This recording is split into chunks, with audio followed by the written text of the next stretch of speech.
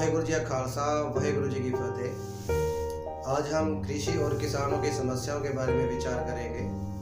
जो हम कहना चाहते हैं वह आप पहले से ही जानते हैं, और जो किसानों की समस्याएं हैं वह समस्याएं अकेले किसानों की नहीं है, देश के अंदर सभी नागरिकों की वो समस्याएं हैं। जब भी हम किसानों की समस्या के बारे में विचार करेंगे तो इसका मतलब यही होगा जो वो समस्याएं हैं वो सभी देशवासियों की समस्याएं हैं।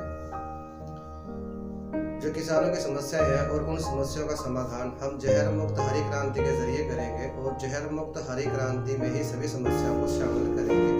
जहर मुक्त हरी क्रांति से हमारा मतलब है, जहर मुक्त से मतलब है ऑर्गेनिक खेती, यानी कि देसी खाद द्वारा खेती किया जाना और जीरो बजट से खेती करना। हरी क्रांति से हमारा मतलब है कि हरी क्रांति सरकार के द्वारा लाई जाए, जैसे कि 1967 में सरकार के द्वारा जहर युक्त हरी क्रांति लाई गई थी, उसी प्रकार से जहर मुक्त हरी क्रांति लाई जाए और सरकार की सपोर्ट के साथ किसान और सरकार दोनों के सहयोग से ही जहर मुक्त हरी क्रांति लाई जा सकती है। अकेले जहर मुक्त हरी क्रांति नहीं लाई जा सकती, दोनों के सहयोग से ही लाई जा सकती है। और जहर मुक्त हरी क्रांति में जो किसानों की समस्या है, उन समस्याओं में सबसे पहली समस्या जो है वो कानूनों की समस्या है, जो कि अंग्रेजों द्वारा बनाए गए थे। यह कानून अंग्रेजों द्वारा बनाए गए थे किसानों को गरीब बनाने के लिए, देश को गुलाम बनाने के लिए। उस समय भारत में किसान जो थे वो समृद्धशाली थे और उनकी बहुत अच्छी ताकत थी उनके अंदर, और जिस कारण अंग्रेजों को उन्हें गुलाम बनाना बहुत मुश्किल था। इसलिए अंग्रेजों ने गुलाम बनाने के लिए कुछ कानून बनाए थे। वह कानून आज भी लागू है। जैसे कि 1760 में अंग्रेजों ने गाय कत्ल का एक्ट बनाया गया था, यानी कि पशुधन को कत्ल करने का एक्ट बनाया गया था। वह एक्ट आज भी है। और गाय कत्ल करने का एक्ट जो अंग्रेजों द्वारा बनाया गया था, वह एक्ट अंग्रेजों द्वारा इस बनाने के 3 कारण थे। एक तो गाय हमारे धर्म से जुड़ी हुई है, गाय को हमारे देश में माता का दर्जा दिया गया है, माता मानते हैं। दूसरा, गाय से हमें खेती करने के लिए बैल मिलते थे जिससे किसान खेती करते थे। तीसरा, गाय से और पशुधन से किसानों द्वारा देसी खाद बनाई जाती थी या देसी खाद के द्वारा खेती की जाती थी, खेतों में उत्पादन किया जाता था। इन 3 कारणों को देखते हुए अंग्रेजों ने गाय हत्या का एक्ट बनाया था, ताकि किसानों को गरीब बनाया जाए और उनके जो साधन है खेती करने के लिए वो खत्म किए जाए, देसी खाद का जो सिस्टम था वो खत्म किया जाए, और जो पशुधन से दूध उत्पादन होता था शरीर को ताकत मिलने के लिए वो खत्म किया जाए। इस प्रकार से अंग्रेजों ने ये कानून बनाया था। और इसी प्रकार से 1760 में लगान एक्ट भी बनाया गया था अंग्रेजों के द्वारा, ताकि किसानों द्वारा जो उत्पादन किया जाता है उस उत्पादन पर लगान लगाया जाए, और उसमें से 50% अंग्रेजों को दिया जाता था, ताकि किसानों को गरीब बनाया जाए। और अंग्रेजों द्वारा इस लगान को बाद में बढ़ाया भी गया। 90% तक अंग्रेजों ने इस लगान को लिया है, और किसानों के पास सिर्फ उनके जिंदा रहने के लिए ही उत्पादन छोड़ा जाता था, इतना लगान लिया जाता था। इसी प्रकार से 1872 में अंग्रेजों द्वारा इंडियन फॉरेस्ट एक्ट बनाया गया था, जो जंगलों का अपने अधीन किया गया था। और उस समय जो आदिवासी किसान भाई थे उनको जंगलों से उत्पादन होता था, और उस उत्पादन को रोकने के लिए अंग्रेजों ने इंडियन फॉरेस्ट एक्ट बनाया था, जो आज भी लागू है। और वहां से किसानों को उत्पादन होना बंद हो गया था, और अंग्रेजों द्वारा गाँव के किसानों की पिटाई की जाती थी, उन्हें मारा जाता था, बेइज्जत किया जाता था अगर वो जंगल से उत्पादन करते थे। इसी प्रकार से 1894 में अंग्रेजों द्वारा लैंड एक्विजिशन एक्ट बनाया गया था। यह एक्ट जमीन को खरीदने और बेचने के लिए बनाया गया था। इस एक्ट को बनाने के लिए 2-3 कारण मुख्य थे। एक तो जो किसान था वो किसान जमीन को माँ के समान मानता था। जो जमीन है, जो खेत है हमारे, वो माँ के बराबर होते थे। और दूसरा, जमीन से ही हमारे खेत का जो विकास था वो होता था। जो किसान थे वो समृद्धशाली जमीन से ही थे। इन कारणों को देखते हुए अंग्रेजों ने ये लैंड एक्विजिशन एक्ट बनाया था, ताकि किसानों से जमीन खरीदी जा सके और उनको गरीब बनाया जा सके। इस एक्ट को बनाने के बाद जो किसानों के द्वारा जमीन बेची गई, किसानों को कर्जदारी बनाया गया और उनकी मजबूरियां बनाई गई ताकि वो जमीन को बेचें और सरकार उन्हें खरीद ले। तो वो एक्ट आज भी लागू है, और यह एक्ट पूरे देश में लागू है, ना कि किसानों के ऊपर। ये जो एक्ट आज तक चल रहे हैं अंग्रेजों के बनाए हुए, ये पूरे देश की जनता के ऊपर लागू है। ये अकेले किसानों की समस्या नहीं है, ये पूरे देश की समस्या है।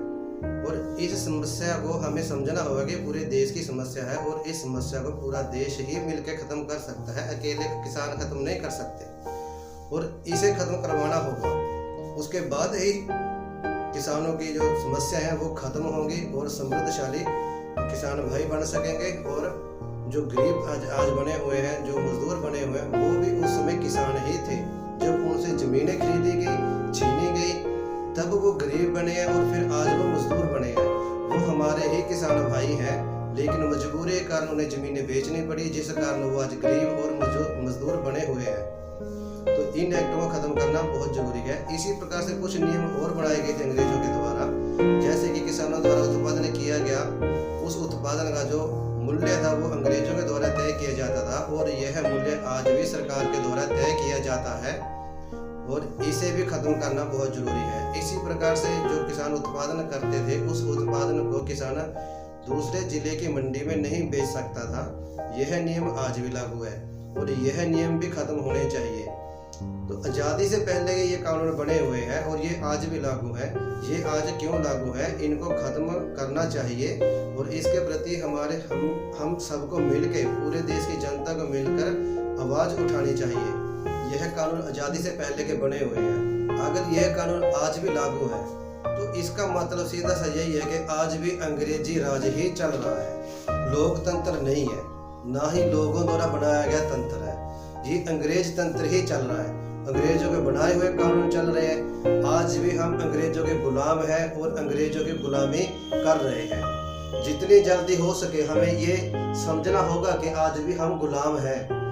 और दूसरी बात, आज़ादी अगर हम माने कि 1947 में भारत आज़ाद हो गया था, आज़ाद होने के बाद तुरंत ही हम काले अंग्रेजों की आज़ादी में फंसे हैं, और अंग्रेजों ने ट्रांसफर पावर ऑफ एग्रीमेंट के तहत काले अंग्रेजों को सत्ता दी है। आज़ाद नहीं हुए हम। आज़ादी होते ही सरकार ने गेट करार में साइन किए, वर्ल्ड बैंक में किए, IMF में किए, WHO में किए, और 1994 में WTO जो कि गेट करार का ही एक दंगल प्रस्ताव पेश किया गया था, उसके तहत WTO में साइन किए। और WTO के लागू होने के बाद ये कहा जा सकता है कि आज भारत का WTO दूसरा संविधान है। जो भारत के संविधान में कानून बनाए गए हैं, अगर WTO के रास्ते में वो अड़िक्का डालते हैं, रोक लगाते हैं, तो उन कानूनों को बदला जाएगा। यह WTO के शर्तों के मुताबिक ही किया जाएगा, और WTO को लागू करने के लिए हमें उन कानूनों को खत्म करना होगा या उन्हें बदलना होगा। तो ऐसी स्थिति में हमें ये कहने में कोई संकोच नहीं है कि भारत का दूसरा संविधान WTO है, वर्ल्ड ट्रेड ऑर्गेनाइजेशन। तो इस संविधान को, इसे भी खत्म करना बहुत जरूरी है। जब तक ये कानूनी समस्याएं खत्म नहीं होंगी, तब तक देश का विकास नहीं हो पाएगा, और देश की जनता ऐसे ही गरीब भूखमरी से मरती रहेगी। यह कानूनी समस्याएं हैं जो किसानों की हैं, और इसी प्रकार से किसानों की जो आज खेती है उसका विदेशीकरण हो गया है। यह दूसरी समस्या है। आज हमें जो खेती कर रहे हैं हमारे देश में, उसका विदेशीकरण हो गया है। हमें इसका स्वदेशीकरण करना होगा। जब तक हम इसका स्वदेशीकरण नहीं करेंगे, तब तक हमारी जो खेती है वो सही नहीं हो पाएगी। आज खेत के अंदर जो खेती कर रहे हैं किसान, वो मशीनरीकरण जो है वो विदेशीकरण है, और जो खेत में खाद डाली जाती है वो भी मशीनरीकरण है, और जो बीज बोए जाते हैं वो भी मशीनरीकरण है। हमें इन तीनों को बदलना होगा। स्वदेशी बीज लाने होंगे, और स्वदेशी संसाधनों से हमें खेती करनी होगी, और बैलों के मुताबिक खेती करें, और बैलों के मुताबिक हम खेत के औजार बनाए ताकि आसानी से खेती हो सके।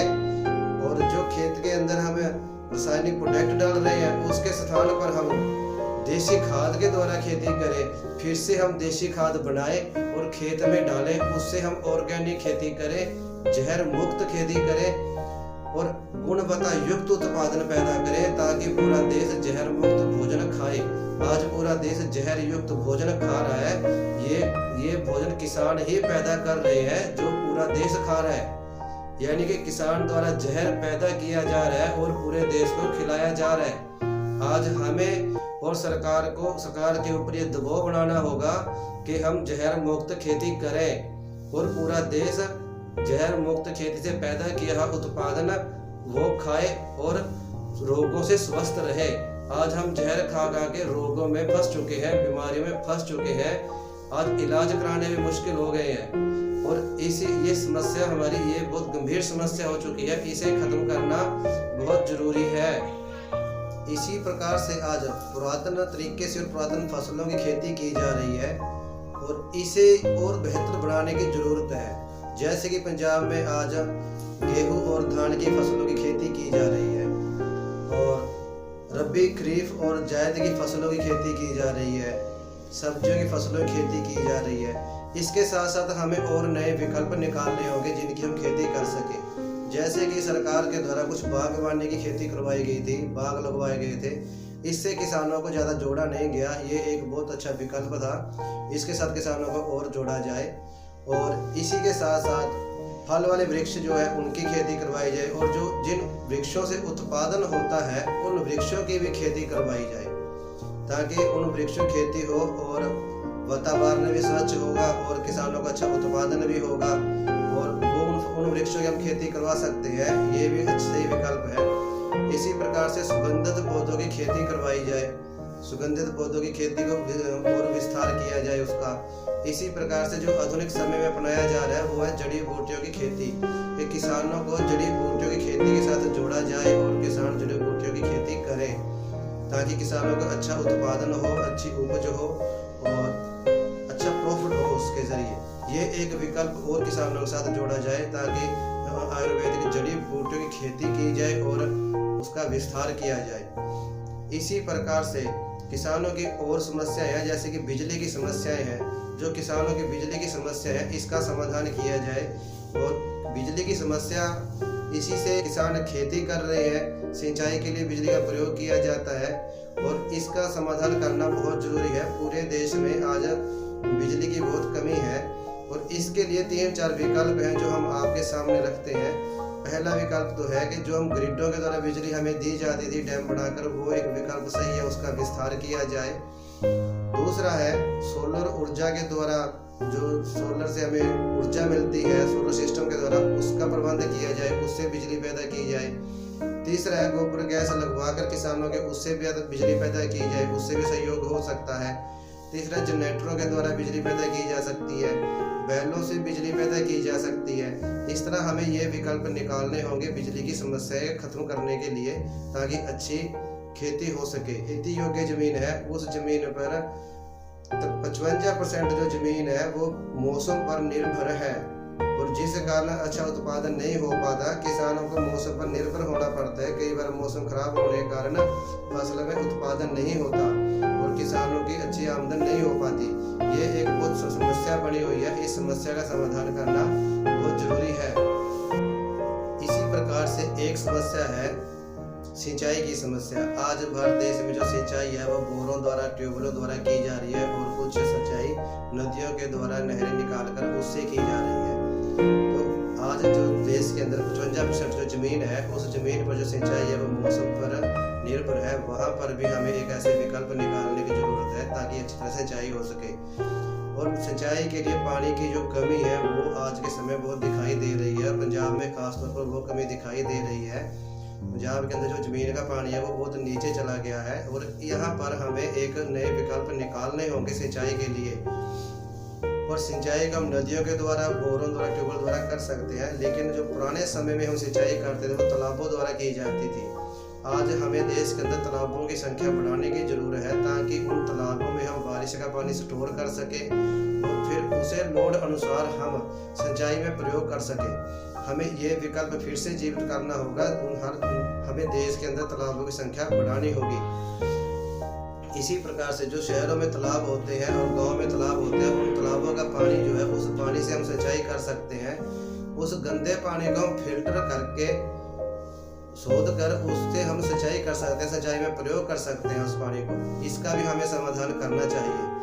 और ये हमारे पास 2-3 विकल्प है। और जो नदियां हैं उनके द्वारा भी हम थोड़ा नई नदियों को निकाला जाए और उससे सिंचाई की जा सके। ये जो ऊपरी पानी है हम ऊपरी पानी से ही सिंचाई करें। जमीन के नीचे जो पानी है वो पीने योग्य पानी है और वो नीचे खत्म होता जा रहा है, उसको बचाया जा सके। पीने के पानी की समस्या बहुत गंभीर होती जा रही है और कृषि में, खेती में बहुत ज़्यादा पानी की लागत हो रही है और कम पानी के होने के कारण हमें ऐसी विधियों का निर्माण करना होगा होगा, जैसे तुपका विधि है, फुहारा विधि है, और इस तरह की प्रणालियों का और निर्माण करके हम उससे सिंचाई करें ताकि पानी की कम लागत हो। इस समस्या का हम इस प्रकार से समाधान कर सकते हैं।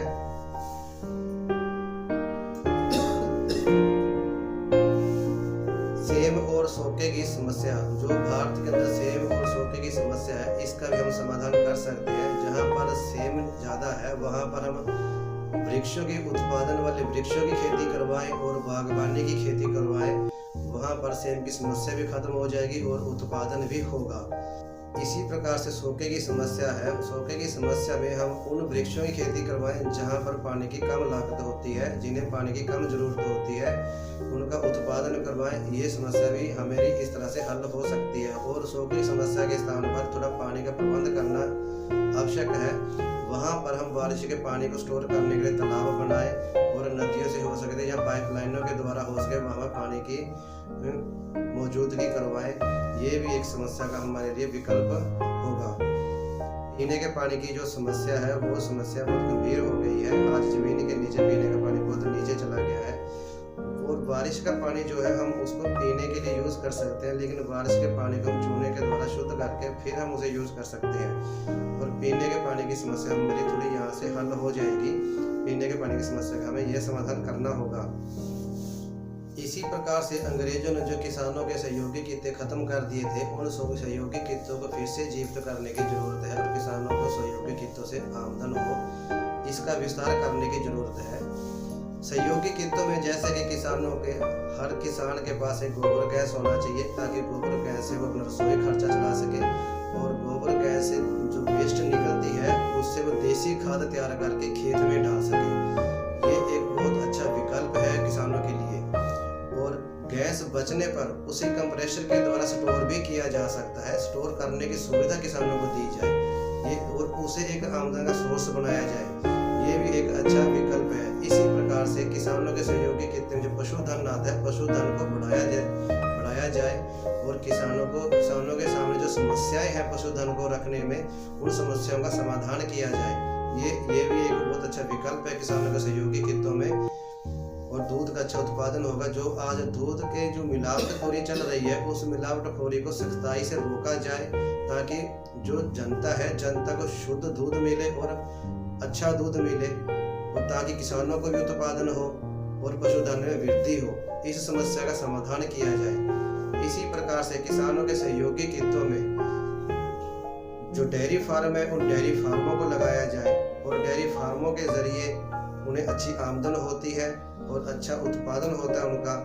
तो ये भी एक अच्छा विकल्प है किसानों के लिए। इसी प्रकार से जो किसान उत्पादन करते हैं, उस उत्पादन के से संबंधित जो लघु उद्योग है वो लघु उद्योग लगवाए जाएं। लघु उद्योग दो प्रकार के हैं, कृषि आधारित उद्योग और कृषि उद्योग। जो कृषि आधारित उद्योग है उन उद्योगों का विस्तार किया जाए। जैसे कि किसानों द्वारा कपास का उत्पादन किया जाता है, कपास के उत्पादन से धागा बना सकते हैं, उसके उद्योग लगवाए जाए। कपड़ा उद्योग लगवाया जाए। इसी प्रकार से जूट के उद्योग लगवाए जाए और इसी प्रकार से डेयरी फार्म लगवाए जाए। जो उद्योग किसानों से रिलेटेड है उन सभी उद्योगों को लगवाया जाए और जो कृषि से रिलेटेड है उनको भी लगवाया जाए। और इस प्रकार के उद्योग हम हर गांव में 60 से 70 उद्योग लगवा सकते हैं। जब 60 से 70 उद्योग लगेंगे, हर किसान के पास उत्पादन पैदा करने के बाद उसका उद्योग भी होगा, उद्योग से वो माल तैयार करके बेच पाएगा और अच्छा उत्पादन होगा। आज जो किसान है जो उत्पादन करता है उस उत्पादन को डायरेक्ट ही बेचता है और उससे उन्हें ज़्यादा उत्पादन नहीं होता।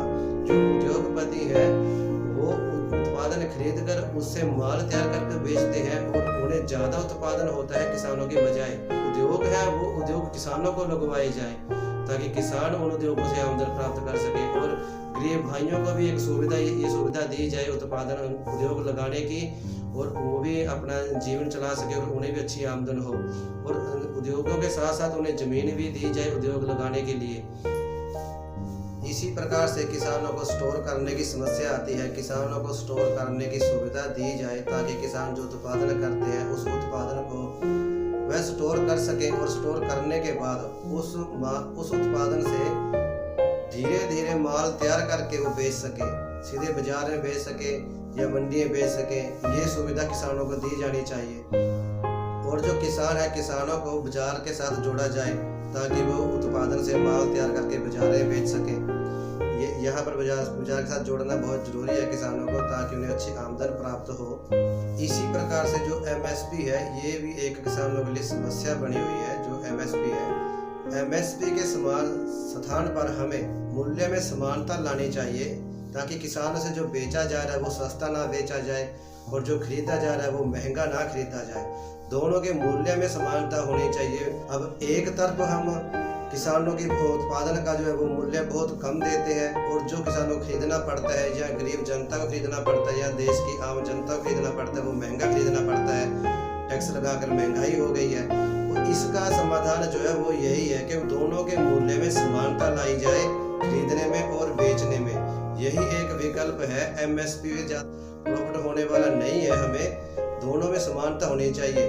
अगर MSP हमें मिल भी जाती है, हम कहते हैं स्वामीनाथन की रिपोर्ट लागू की जाए, अगर उसके मुताबिक हमें MSP मिलती है तो लगभग 3000 से प्लस रेट में जो गरीब जनता खरीदेगी वो किस प्रकार से खरीदेगी।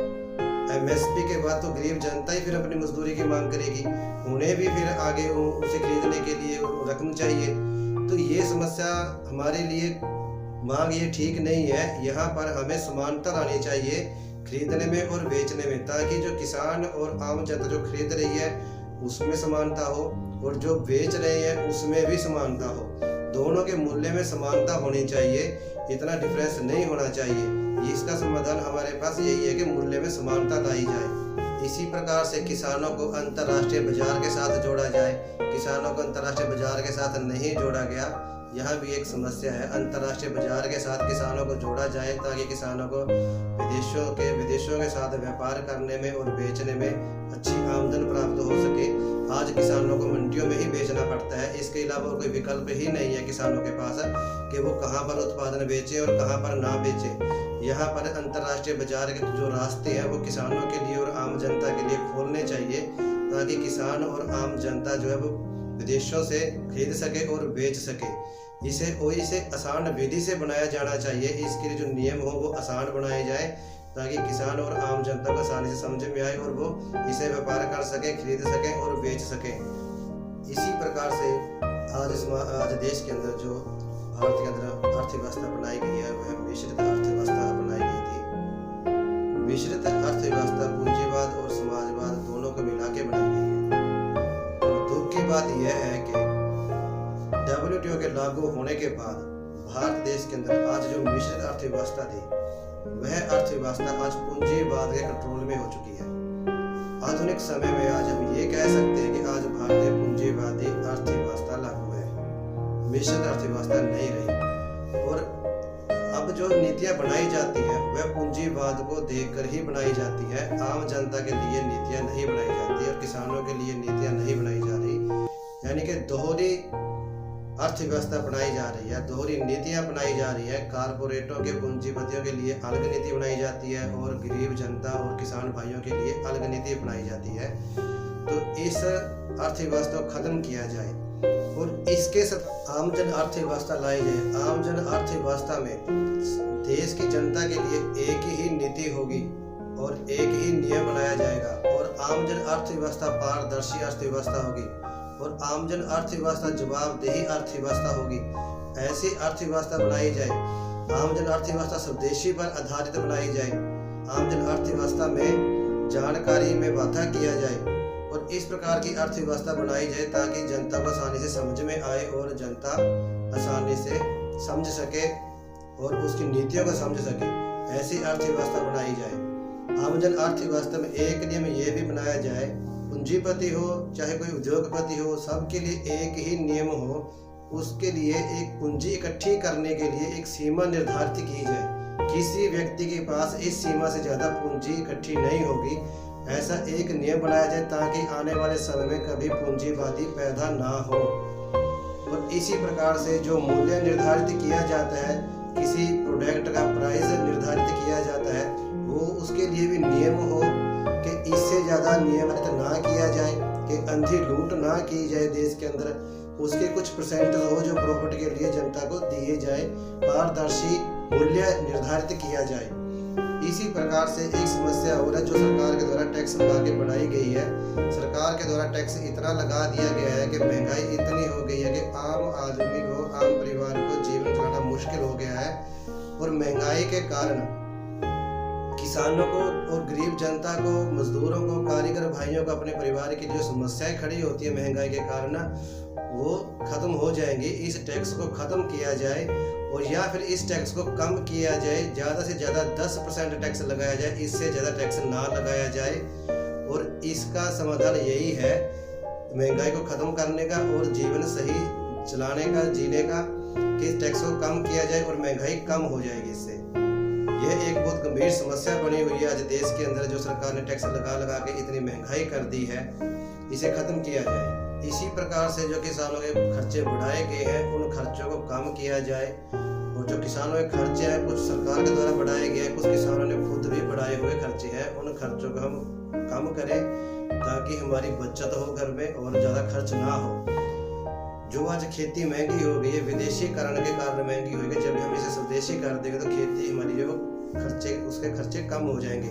आज खेती महंगी होने के कारण जो किसान है वो खेती छोड़ते जा रहे हैं और दूसरे काम करते जा रहे हैं, जिसमें उन्हें सफलता भी कम मिलती है। लेकिन खेती भी जो है, खेती महंगी हो गई है। आज जो पढ़े लिखे युवा है वो खेती करना इसीलिए नहीं चाहते कि खेती महंगी हो गई है, इसके खर्चे कम किए जाए। खेती के जो संसाधन है वो महंगे हो गए हैं, उन्हें खरीदना बहुत मुश्किल हो गया है। छोटे किसानों के लिए तो बहुत मुश्किल हो गया है, वो उनके उन साधनों को खरीद नहीं सकते हैं। और जो दवाइयाँ हैं खेती के लिए, जो खाद डालते हैं वो महंगी हो गई है, जो स्प्रे है वो महंगी हो गई है।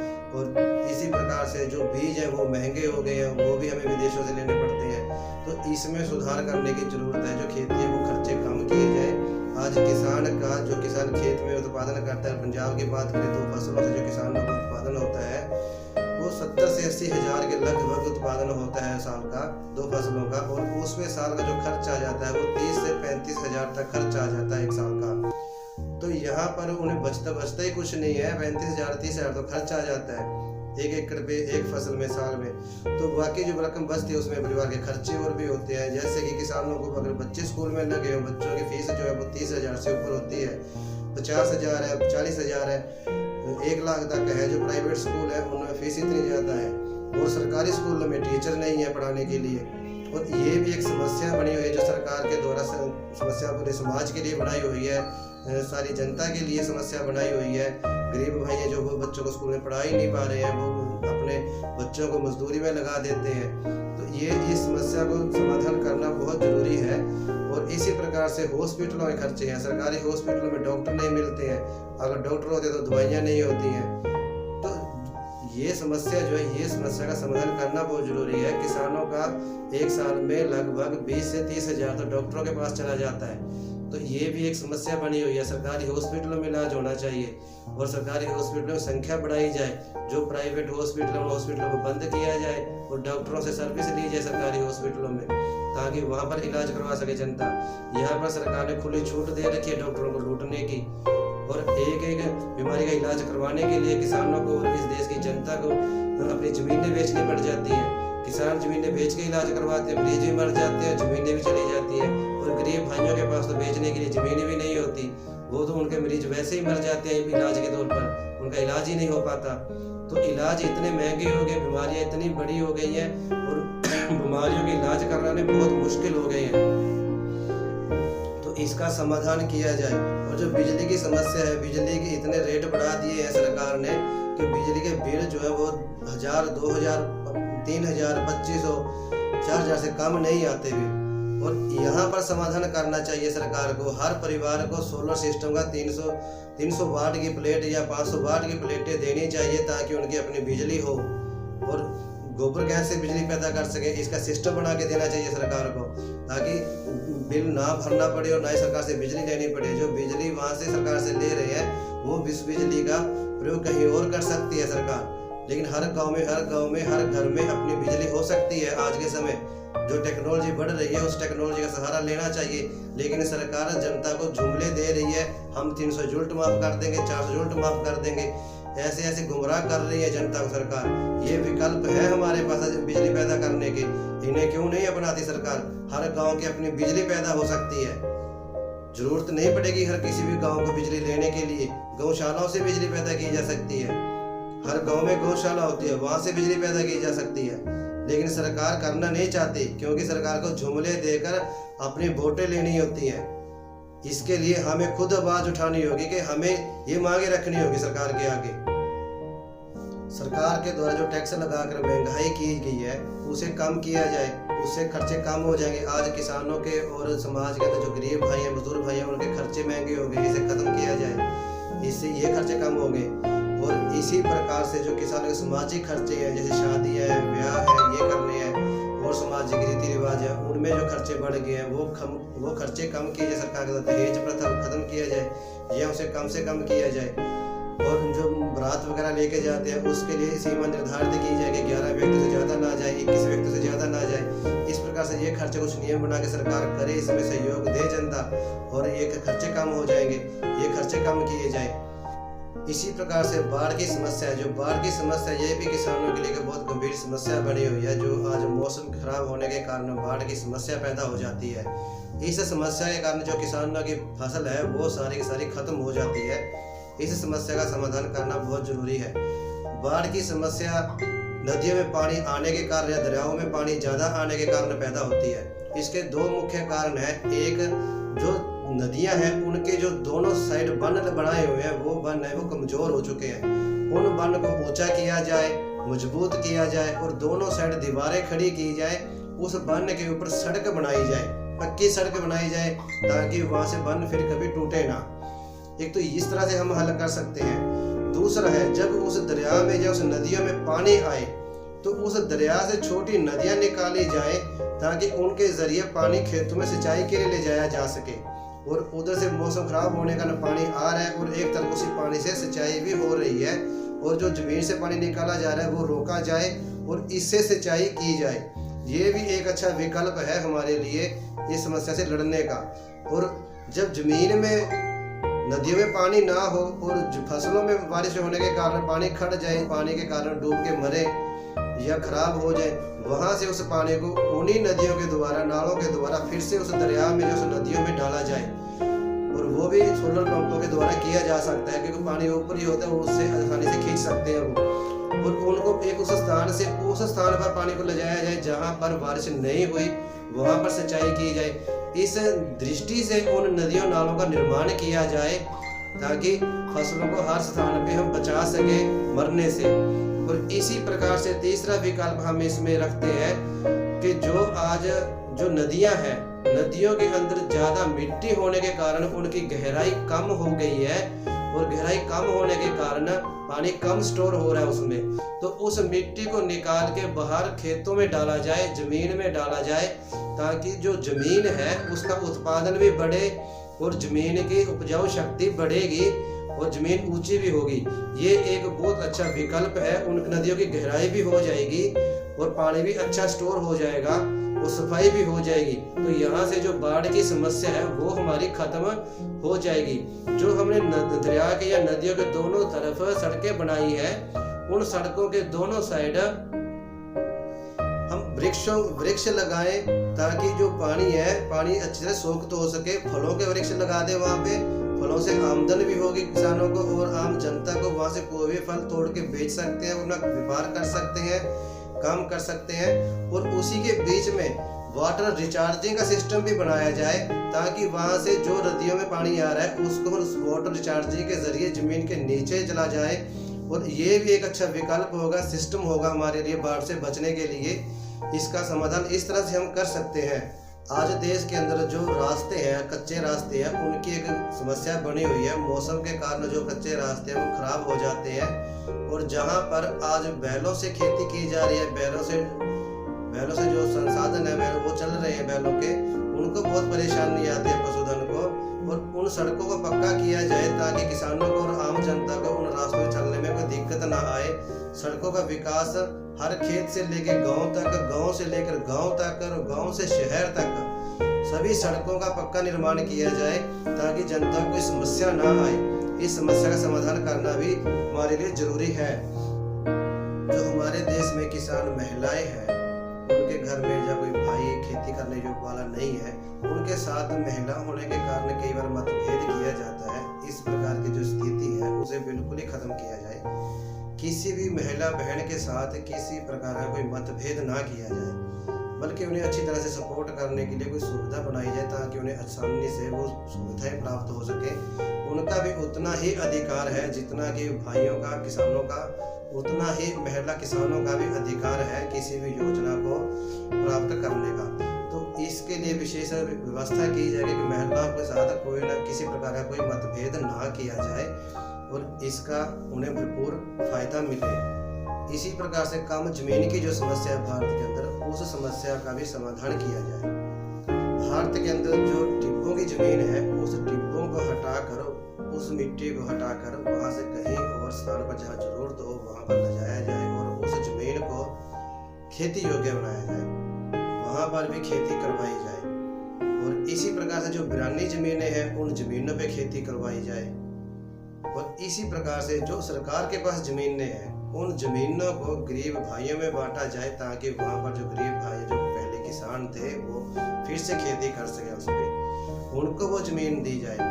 इसी प्रकार से जो गलत कानूनों के कारण, गलत नियमों के कारण जो भूमि माफिया पैदा हो गए हैं, उनके पास जो जमीन है उस जमीन को गरीबों में बांटा जाए, मजदूरों में बांटा जाए और उन किसान भाइयों को दी जाए जिन्हें जमीन बेचनी पड़ी मजबूरी में, ताकि वो फिर से खेती कर सके, उन्हें वो जमीन दी जाए।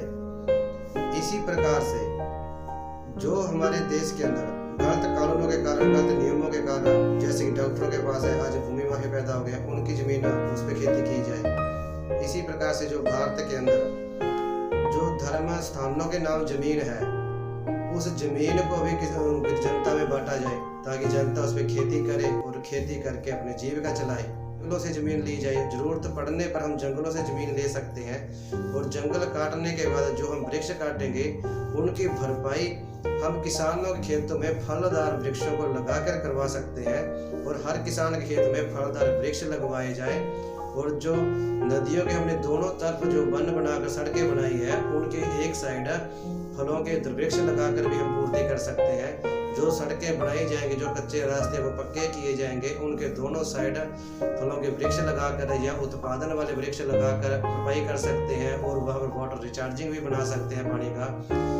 ये विकल्प हम कर सकते हैं और जंगल से भी जमीन ले सकते हैं। इसी प्रकार से हमें जरूरत पड़े तो हम कुछ और भी विकल्प निकाल सकते हैं, जैसे कि हम विदेशों के साथ संधियां करेंगे, उनके साथ समझौते करेंगे व्यापार के, उस समय भी हम जनसंख्या को देखते हुए इस नियम का प्रयोग कर सकते हैं। तो इस समस्या का समाधान हमें करना होगा और इस तरह के कई विकल्प हैं जो हम समाधान कर सकते हैं। इसी प्रकार से प्रदूषण की समस्या है, जो प्रदूषण की समस्या है इसमें कोई शक नहीं है कि किसानों द्वारा प्रदूषण फैलाया जा रहा है, लेकिन इसका यह मतलब नहीं है कि किसान ही प्रदूषण फैला रहे हैं। किसानों से ज्यादा तो जहाजों द्वारा, साधनों द्वारा, फैक्ट्रियों द्वारा, उद्योगों द्वारा, कंपनियों द्वारा इनके द्वारा प्रदूषण फैलाया जा रहा है। इनके प्रदूषण को देखकर तो किसानों का प्रदूषण कुछ भी नहीं है, लेकिन जितना फैलाया जा रहा है उसका समाधान किसान कर सकते हैं, किसान कर लेंगे उसका समाधान। भूमि प्रदूषण फैलाया जा रहा है किसानों द्वारा, वो रासायनिक प्रोडक्ट द्वारा फैलाया जा रहा है। जब किसान स्वदेशी खेती करेंगे, जहर मुक्त खेती करेंगे, वो प्रदूषण खत्म हो जाएगा। अब किसानों द्वारा पानी का प्रदूषण फैलाया जा रहा है, जो किसान रासायनिक प्रोडक्ट डाल रहे हैं जमीन में, वो जमीन में प्रदूषण करते हैं और थोड़ा वायु प्रदूषण भी होता है उससे, जो गैस बनती है, तो वो भी स्वदेशी खेती अपनाने के कारण वो भी खत्म हो जाएगा। तीसरा प्रदूषण आता है वायु प्रदूषण। जब किसान आग लगाते हैं उससे प्रदूषण फैलता है, तो वो उसका विकल्प भी है कि जो फसल किसान पैदा करते हैं उस फसल को काट के या उसके तूड़ी बनाकर, जैसे कि धान की फसल है उसका जो फूस बचता है उस फसल का कुतला करके उसको काट के जमीन के अंदर ही जोत के उसको बीच में ही दबाया जाता है और उससे अच्छी खाद तैयार कर सकते हैं। उसके इससे खाद का प्रयोग भी हम ले सकते हैं। ये इसका समाधान हम कर लेंगे। इसमें इतनी मुश्किल बात नहीं है कि हम आगे लगाएंगे। और इसके लिए एक विकल्प और दे सरकार हमें कि जो मोटी फसलें हैं जीरी की या धान की, उन फसलों का रेट गिराया जाए। जो बासमती की फसलें हैं उनका रेट बढ़ाया जाए। बांसपत्ती की जो फसल है उसे काटना पड़ता है हाथों से, और यहाँ पर उसका रेट बढ़ जाएगा तो यहाँ पे इसका हमारे पास समाधान हो जाएगा। फिर हमें उसके फूस को आग नहीं लगानी पड़ेगी, पशुओं को चरा सकते हैं पराली को, वो पशुओं का चारा बन जाएगा। और आज हम मोटी फसलें लगा रहे हैं तो उसको आग लगानी पड़ती है, मशीनों से काटा जाता है। अगर हम बांसपत्ती की पैदा करेंगे तो उससे मशीनों से कटाने की जरूरत नहीं है, क्योंकि उसकी पराली भी काम में आती है और उत्पादन भी काम में आता है, वो दोनों काम में आती है। तो यहाँ पर प्रदूषण और कम हो जाएगा। तो इसी प्रकार से रस्मी फसलों का रेट अच्छा दे, दोनों में समानता रहे रेट में, तो रस्मी फसलें बीजी जा सकती हैं। तो ये विकल्प है, किसानों के पास विकल्प है, किसान इसका हल कर सकते हैं, लेकिन सरकार के सहयोग से हल होगा। ऐसा नहीं है कि एक फसल का रेट ज्यादा है तो जिस फसल का रेट ज्यादा है तो किसान फिर वही बीजेंगे। सभी फसलों का रेट समानता में आए तो किसान सभी फसलों को बीज सकते हैं और फसल चक्र भी शुरू हो जाएगा, अच्छा उत्पादन भी होगा इससे। आज हमें खेतों में भूमि सुधार की बहुत आवश्यकता है, और भूमि सुधार नई तकनीक से किया जा सकता है। जैसे कि आज कंप्यूटर ग्राइंडर लगाए जाते हैं ना, उसके जरिए पानी बहुत कम लगता है, पानी की बहुत कम खपत होती है और फसल भी सही होती है। तो इस तरह से भूमि सुधार में बहुत आवश्यकता है आज करने की। और भारत देश के कई स्टेटें ऐसी हैं जहाँ पर भूमि का सुधार बिल्कुल भी नहीं है और कम टेक्नोलॉजी के कारण वहाँ सुधार कर नहीं पाए हैं। तो सरकार को चाहिए कि वहाँ पर भूमि सुधार अच्छे से किया जाए। और इसी प्रकार से जो कर्ज की समस्या है किसानों के ऊपर, ये भी एक गंभीर समस्या है। यहाँ पर किसानों का जो कर्ज है वो माफ किया जाए, क्योंकि जब जहर में हरी क्रांति लाई जाएगी, इससे कुछ समय 1 साल 2 साल थोड़ा उत्पादन कम होगा, 1-2 मन या 1-2 क्विंटल के आसपास इतना कम होगा, तो यहाँ पर किसानों को ज़्यादा वजन नहीं होगा।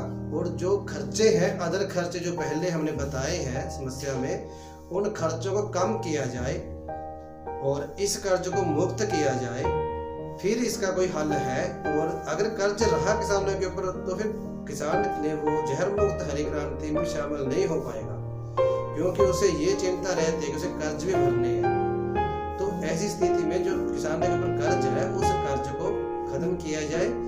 फसल मरने पर जो मुआवजे की समस्या है, कई बार वो मुआवजा मिल नहीं पाता किसानों को, ये एक गंभीर समस्या है। कई बार मौसम के कारण जो फसल मर जाती है किसानों की, उस फसल के मरने पर जो सरकार द्वारा मुआवजा दिया जाता है, वो मुआवजा किसानों को मिल नहीं पाता। भ्रष्टाचारी अधिकारियों के कारण उसमें साठ-गांठ करके उन्हें लेना पड़ता है, और जो भ्रष्टाचारी हैं वो उनके फसलों का जो मुआवजा है उसे पास नहीं करते हैं। ये एक भ्रष्टाचारी जो है, ये भी एक गंभीर समस्या बनी हुई है, जिस कारण किसानों को योजनाओं का सही फायदा नहीं मिल पाता, जो जानकारी है वो नहीं मिल पाती।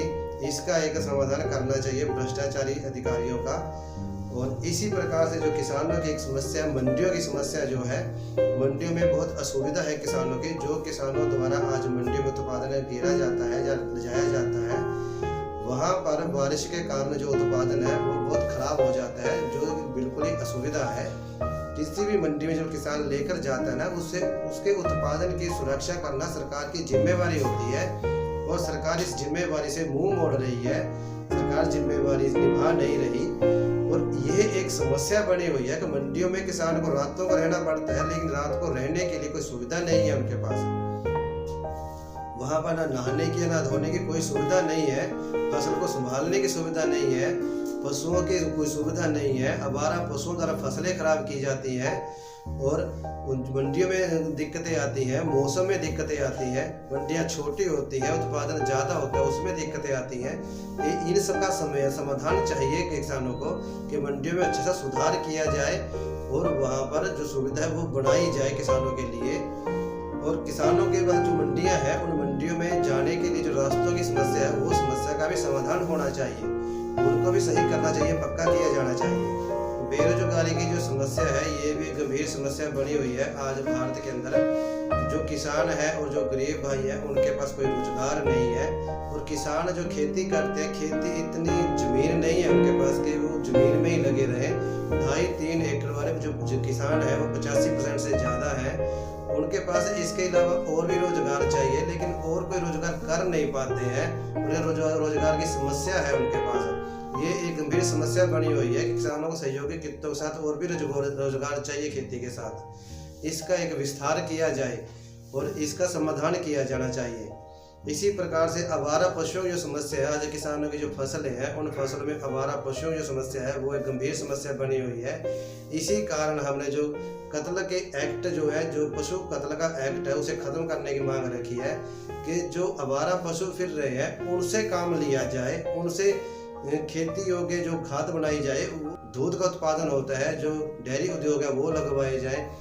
जो आज पशु छोड़े जा रहे हैं, सख्ताई के साथ ये इसका हल करने की जरूरत है। आज सरकार को इस समस्या का समाधान करना चाहिए। और जो हमारे आदिवासी भाई हैं उनकी फसलों को, जो जंगल से जानवर आते हैं उनका समाधान चाहिए, उनकी फसलें खराब हो जाती हैं वो समाधान करना जरूरी है। और जो जंगलों से उत्पादन होता था किसानों को, उस इंडियन फॉरेस्ट एक्ट को ख़त्म करने के बाद फिर से जो हमारे किसान भाई हैं वो जंगलों से फिर से उत्पादन कर सकते हैं, ये उनके लिए रास्ता और खुल जाएगा। तो इस प्रकार से हमें इन समस्याओं का समाधान करना बहुत ज़रूरी है। इसी प्रकार से आज किसानों को बिजनेस मॉडल की ज़रूरत है कि खेती को एक नए तरीके से, नए बिजनेस मॉडल के ज़रिए आगे बढ़ाया जाए। और जो पुरातन तरीके से हम खेती कर रहे हैं वो भी ठीक है, जो मंडी करना है वो भी ठीक है, लेकिन उसके साथ बिजनेस मॉडल और तैयार करना बहुत ज़रूरी है। बिजनेस मॉडल से हमारा मतलब है कि जो किसानों द्वारा उत्पादन किया जाता है वो उत्पादन किसान डायरेक्ट मंडी में ना बेचे, यानी कि कच्चे उत्पादन को ना बेचे, वो कच्चे उत्पादन से माल तैयार करके मंडियों में बेचें। और इसके लिए सरकार के द्वारा नई मंडियां बनाई जाए ताकि वहां पर तैयार माल बेचा जा सके। और माल को बेचने के लिए किसानों को एक जो लाइसेंस दिए जाते हैं जो मंडियों में होते हैं वो देने के लिए आसान सुविधा बनाई जाए ताकि हर किसान के पास वो हो। और किसानों को डायरेक्ट मंडियों में माल बेचने के लिए, बाजार में माल बेचने के लिए उन्हें खुली मंडियां बनाई जाए, किसान मंडियां बनाई जाए ताकि वो डायरेक्ट कस्टमर को बेच सके और अच्छा उत्पादन प्राप्त कर सके, ये सुविधा बनाई जाए। इसी प्रकार से किसानों को आज की तरह जो ऑनलाइन नेट मार्केटिंग के जरिए खरीद और बेच होती है उसकी सुविधा किसानों को दी जाए ताकि किसान ऑनलाइन नेट मार्केटिंग के जरिए उत्पादन को बेच सके और तैयार माल को बेच सके। इसी प्रकार से जो आधुनिक समय में सरकार के द्वारा जो एपीएमसी मंडियां बनाई गई हैं उन एपीएमसी मंडियों का विस्तार किया जाए, उनकी संख्या बढ़ाई जाए और उन मंडियों में वो सुविधा दी जाए किसानों को जो उसमें होनी चाहिए ताकि मौसम की मार से उत्पादन बचे। और उनको जो लाइसेंस वगैरह वो उन्हें भी मिलने चाहिए किसानों को ताकि वो मंडियों में डायरेक्ट अपने उत्पादन को बेच सके और अच्छी आमदन प्राप्त कर सके। यह सुझाव हम आपके सामने रखे हैं।